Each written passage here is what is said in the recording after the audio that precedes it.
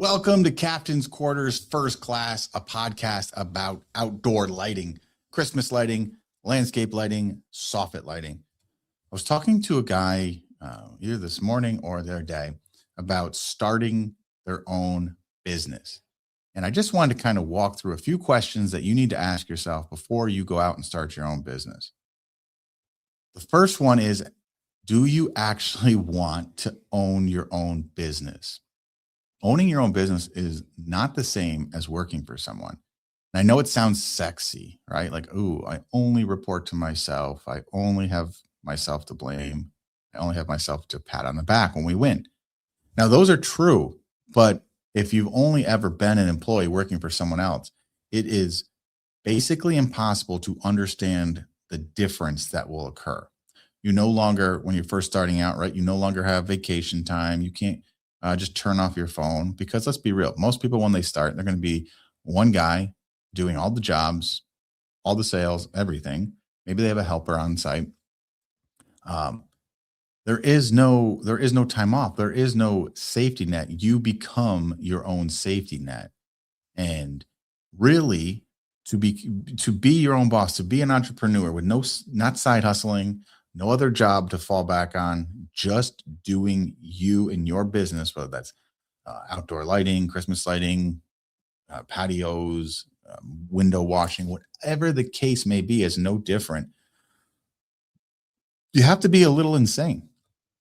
And by a little, I mean a lot, right? Someone who is going to jump out and totally trust themselves and figure it all out, you have to be a little insane. You know, in when my coach, right, there's called the trifecta of insanity when you are a married business owner with children, right? One of those things in themselves is insane. All three at once is absolute insanity. So you have to remember that that is a very real thing, that you have to be a little nuts. It takes people who are a little nuts to do big things. On the flip of that, though, you can be an amazing installer of landscape lighting. You can be an amazing installer of soffit lighting. You can be an amazing Christmas light installer. And you're working for someone, and you're like, man, I'm doing all the work, and the boss is making all the money.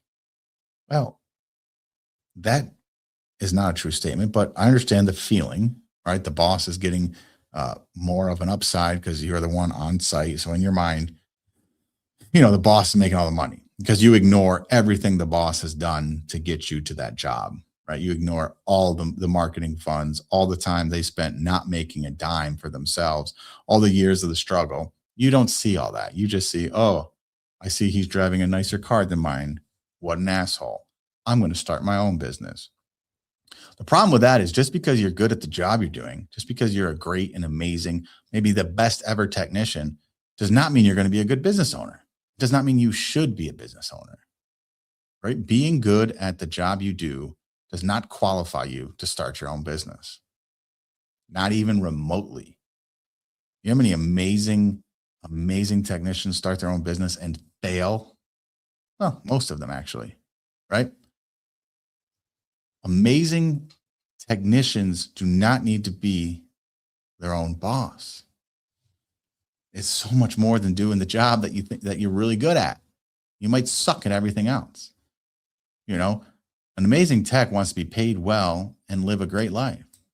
Want vacation time, want time with their family, want the weekends off most of the time. Well, when you move from being that amazing technician to the sole owner, that changes. Your main role now is probably you're going to be installing less than you have ever installed in your life. And all of a sudden, now you're a CEO. Now you're a CFO. Now you're HR. Now you have to figure out taxes on a different scale, payroll taxes, workers' comp, family medical leave, right? So all of this stuff gets piled onto you. Marketing, sales, follow-ups, email systems, websites, text messaging, business phone numbers. All of this is now put onto your plate. You are not going to have time to be the amazing technician that you are. I want to encourage you that just because you're an amazing technician and your boss is making money from your work, that does not immediately mean that you should leave and go try to start your own thing, right? Become an intrapreneur. That's like a newer term, right? You kind of control your business inside of the business. If you are that amazing tech that you believe that you are, and arguably you probably are, then ask your boss for something different. Tell your boss, hey, boss, I don't want to be hourly and I don't want to be salary. I want to be paid for the work that I do. I believe I can get more work done.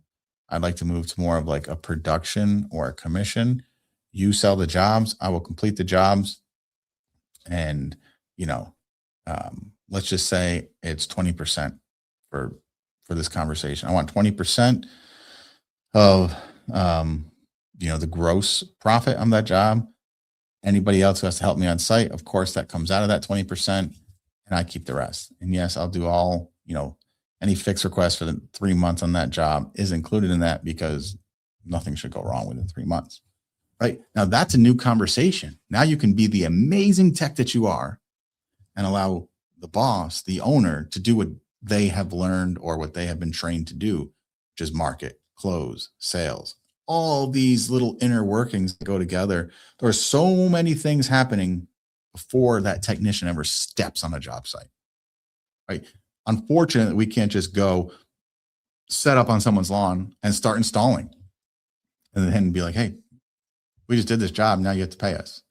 No, you have to get that client first interested in your service, then interested in your service and also interested in talking to you, then having you be the best choice out of all the people they talk to, then having them approve the price of that project, then ordering everything, making sure it's in, shipping costs, storage costs when it comes in, all of that.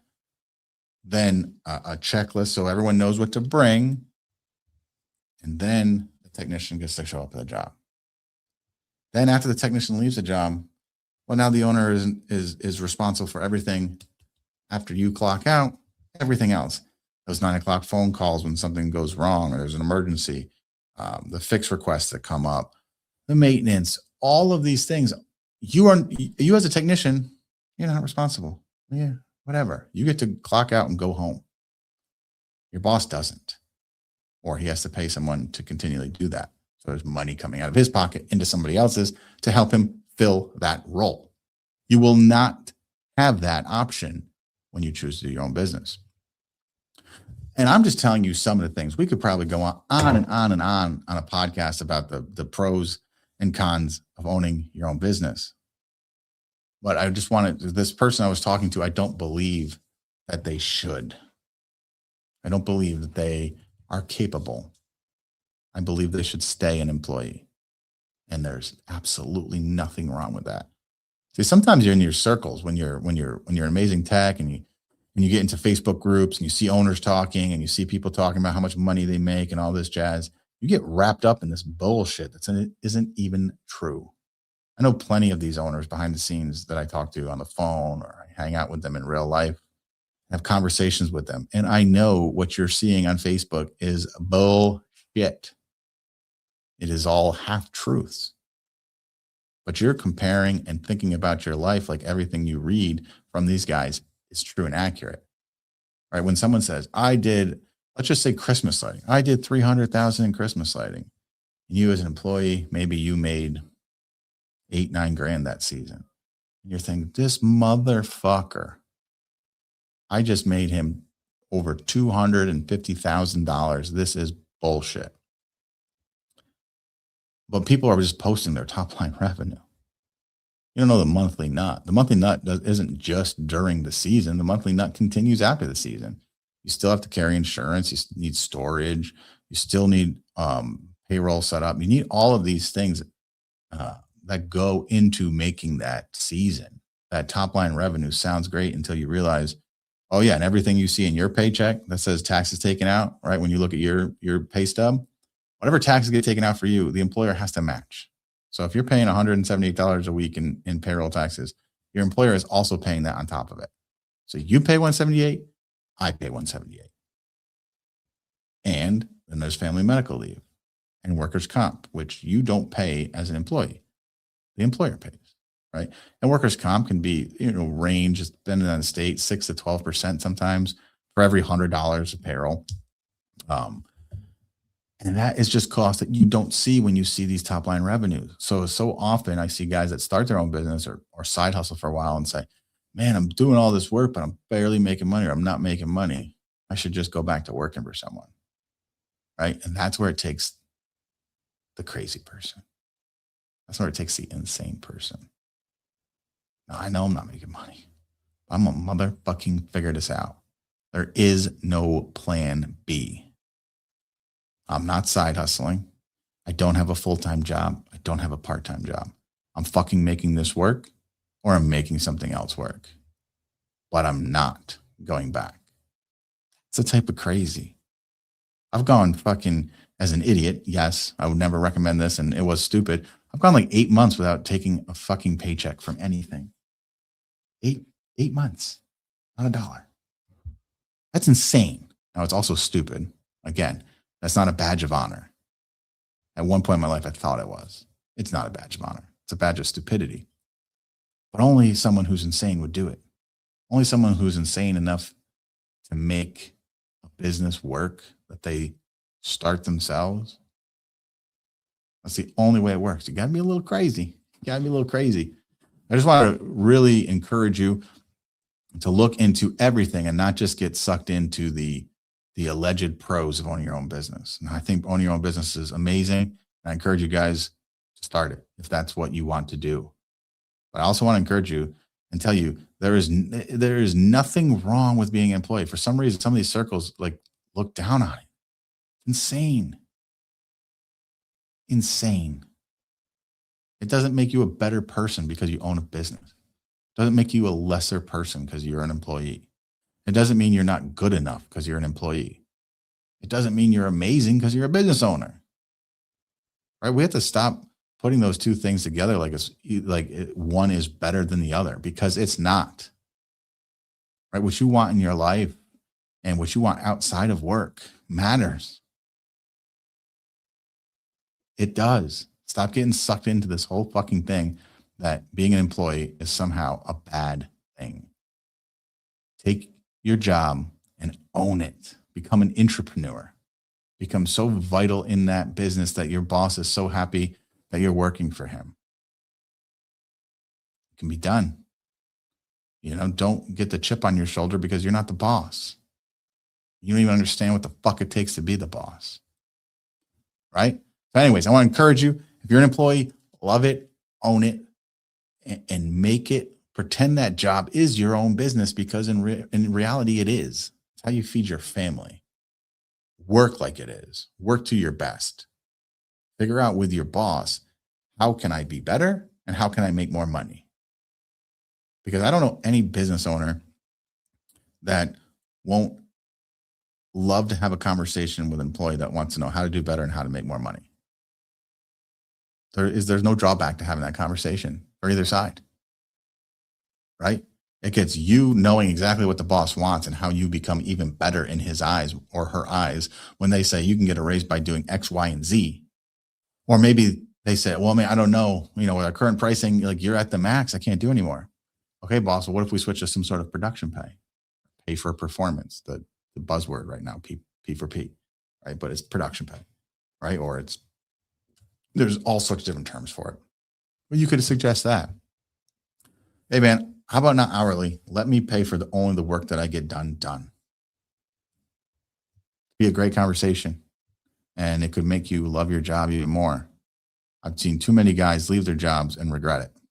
So don't leave your job just because you're an amazing tech and want to make more money.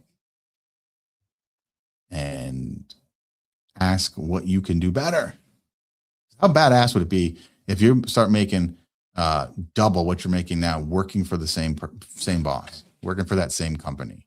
What would that look like for you? Is that really what you want? Is starting your own business really just about making more money? There's so much more to it than that. I encourage you, if you're thinking about starting your own business, sit down, really look at it, figure out why you want to do it, and then look at your other options before you take that plunge. All right, this has been Captain's Quarters First Class, a podcast about outdoor lighting, Christmas lighting, landscape lighting, soffit lighting. Check out Captain Matt Outdoors if you want to be mentored by me. I do mentoring for Christmas, landscaping, soffits, all of it. Captain Matt Outdoors. Apply today. I'll talk to you guys later. Have a great one.